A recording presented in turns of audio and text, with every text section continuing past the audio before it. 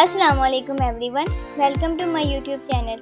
आज की वीडियो में हम सीखेंगे कंप्यूटर मेमोरी क्या है, प्राइमरी और सेकेंडरी मेमोरी में क्या फ़र्क होता है। अगर आप कंप्यूटर बेसिक सीख रहे हैं तो ये वीडियो आखिर तक ज़रूर देखें।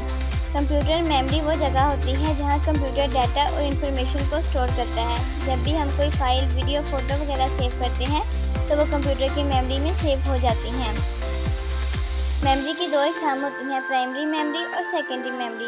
प्राइमरी मेमोरी वो मेमोरी होती है जिसे सीपीयू इस्तेमाल करता है।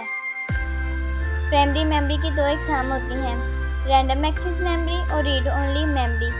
रैम एक टेम्परेरी मेमोरी होती है। जब हम कंप्यूटर को बंद करते हैं तो रैम का सारा डाटा डिलीट हो जाता है। रोम की full form read only memory होती है। रोम एक परमानेंट मेमोरी होती है। कंप्यूटर को जब हम बंद करते हैं तो रोम का डाटा महफूज होता है।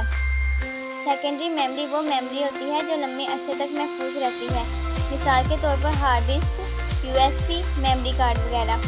ये तमाम डिवाइस हमारे फाइल, फ़ोटो, वीडियो, डॉक्यूमेंट को महफूज करने के लिए मदद देते हैं। प्राइमरी और सेकेंडरी मेमोरी में फ़र्क। प्राइमरी मेमोरी तेज़ मेमोरी होती है, बराह रास्त इस्तेमाल होती है और इसकी इकसाम रैम और रोम होती है।